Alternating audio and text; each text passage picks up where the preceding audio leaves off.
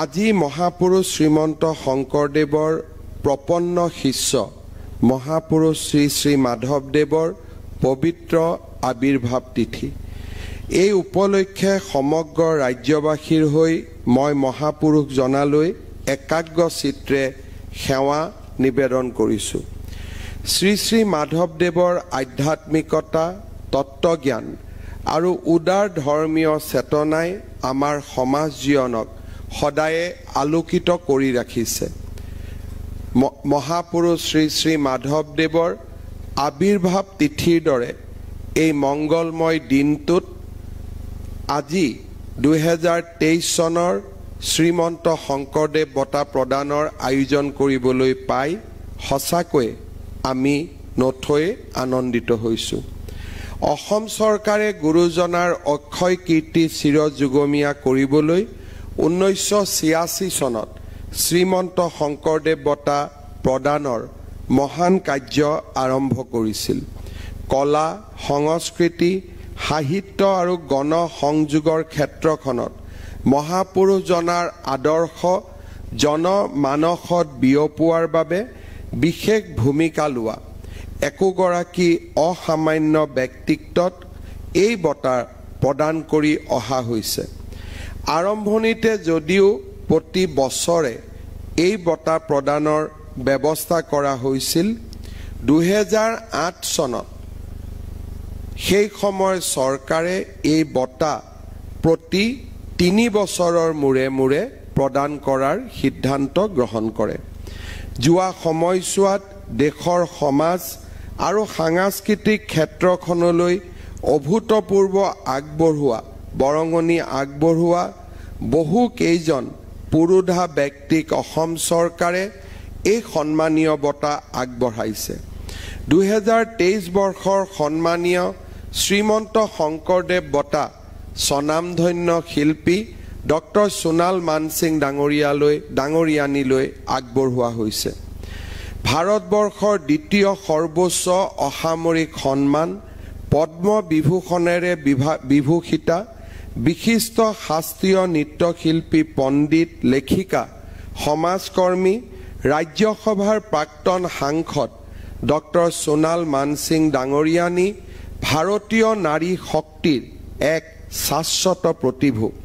তেখেতৰ অসাধাৰণ জীৱন কাহিনী, মানসিক দৃঢ়তা, সৃষ্টিশীলতা আৰু নৃত্যৰ প্ৰতি গভীৰ অনুৰাগে কেইবা দশক ধৰি দেশৰ সমাজ আৰু সাংস্কৃতিক জগতখনক জীপাল কৰি ৰাখিছে। তেখেতৰ কৰ্মৰাজিয়ে উঠি অহা প্ৰজন্মক গভীৰভাৱে অনুপ্ৰাণিত কৰি আহিছে।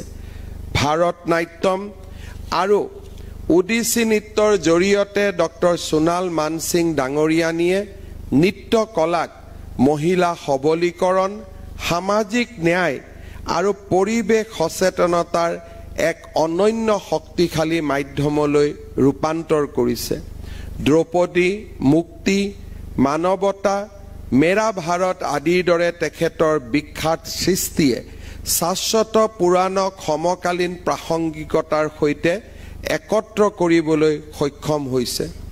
জীৱনৰ সকলো প্ৰত্যাহ্বান নেওচি নিজৰ অবিচল স্পৃহা আৰু দৃঢ়তাৰে নতুন দিল্লীত তেখেতে প্ৰতিষ্ঠা কৰা চেণ্টাৰ ফৰ ইণ্ডিয়ান ক্লাছিকেল ডান্সেছৰ জৰিয়তে উঠি অহা প্ৰজন্মৰ হাজাৰ হাজাৰ শিল্পীক তেখেতে প্ৰেৰণা যোগাই আহিছে।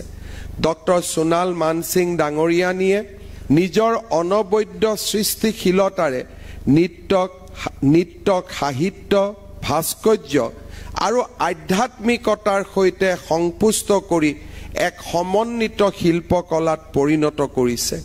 এনে এগৰাকী যশস্বী শিল্পীক 2023 বৰ্ষৰ শ্ৰীমন্ত শংকৰদেৱ বঁটা প্ৰদান কৰিবলৈ পাই অসমবাসী সঁচাকৈয়ে গৌৰৱান্বিত।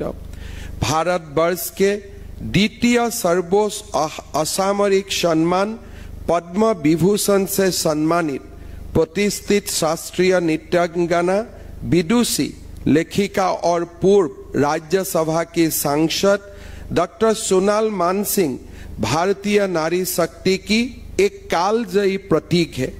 उनका विलक्षण जीवन, मानसिक दृढ़ता, रचनात्मक प्रतिभा और नृत्य के प्रति गहन साधना ने दशकों से भारत की सामाजिक और सांस्कृतिक चेतना को समृद्ध किया है। उनकी विरासत आज की युवा पीढ़ी के लिए प्रेरणा का स्रोत बना हुआ है। भारतनाट्यम और ओडिसी जैसे नृत्य रूप की माध्यम से डॉक्टर मानसिंह ने नृत्य को महिला सशक्तिकरण, सामाजिक न्याय और पर्यावरण चेतना से एक सशक्त माध्यम में परिवर्तित किया है। द्रौपदी, मुक्ति, मानवता और मेरा भारत जैसे उनकी प्रसिद्ध प्रस्तुतियां भारतीय पौराणिक कथाओं को आधुनिक सामाजिक सरोकारों से जोड़ती है, जिससे प्राचीन कथाएं आज के युग में भी अत्यंत प्रासंगिक बन जाती है।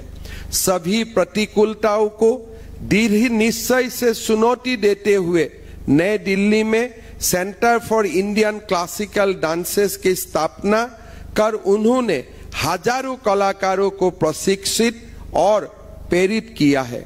डॉक्टर मानसिंह ने अपनी विलक्षण दृष्टि और रचनात्मक के माध्यम से नृत्य को साहित्य, मूर्तिकला और आध्यात्मिकता से जोड़ा है, जिससे यह एक समग्र और रूपांतरकारी कला रूप बन गया है।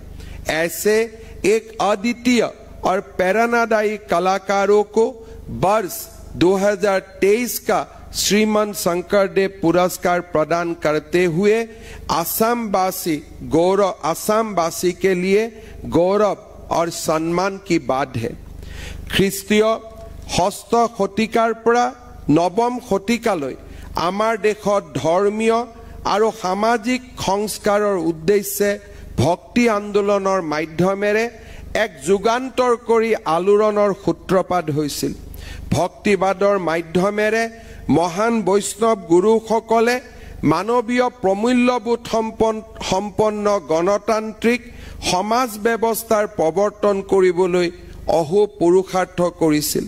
শংকৰাচাৰ্যৰ অদ্বৈত ব্ৰহ্মৰ উপাসনা কৰা আৰু প্ৰকৃত জ্ঞান অৰ্জনে মুখ্য প্ৰাপ্তিৰ কথা উল্লেখ কৰি এই ধৰ্মীয় আন্দোলন আৰম্ভ কৰিছিল। শংকৰাচাৰ্যৰ মধ্যযুগৰ এই ভক্তি আন্দোলনক দক্ষিণ ভাৰতত ৰামানুজাচাৰ্যই আৰু উত্তৰ ভাৰতত ৰামানন্দই নৱ ৰূপত ৰূপায়ণ কৰিছিল। উত্তৰ ভাৰতত তুলসী দাস, মহাৰাষ্ট্ৰত ৰামদাস তুকাৰাম আদিয়ে ভক্তিৰ গীত প্ৰচাৰ কৰাৰ সমান্তৰালভাৱে পঞ্জাৱত গুৰু নানক আৰু বংগত শ্ৰী চৈতন্যই ভক্তি আন্দোলনৰ গুৰি বঠা ধৰিছিল। এনে এক যুগ সন্ধিত মহাপুৰুষ শ্ৰীমন্ত শংকৰদেৱে বৃহৎ অসমীয়া সমাজখনক পুনৰ সঞ্জীৱিত কৰাৰ উদ্দেশ্যে সাংস্কৃতিক চেতনা, জাতীয়তাবাদ আৰু প্ৰবল আশাবাদৰ আধাৰত সৰ্বভাৰতীয় চেতনাবোধৰ সৈতে ঐক্য স্থাপন কৰি অসমৰ পবিত্ৰ ভূমিত নৱ বৈষ্ণৱ ধৰ্মৰ প্ৰৱৰ্তন কৰিছিল। বিভিন্ন ভাষা ভাষী, জাতি ধৰ্ম নিৰ্বিশেষে পৰিপূৰ্ণ বৃহৎ অসমত সকলোৰে মাজত সম্প্ৰীতি, ঐক্য আৰু আধ্যাত্মিক ভাৱ গঢ়ি তুলিবলৈ এক শৰণ নাম ধৰ্ম প্ৰচাৰ কৰি গুৰুজনাই ভক্তি মাৰ্গৰ প্ৰৱৰ্তন কৰিছিল।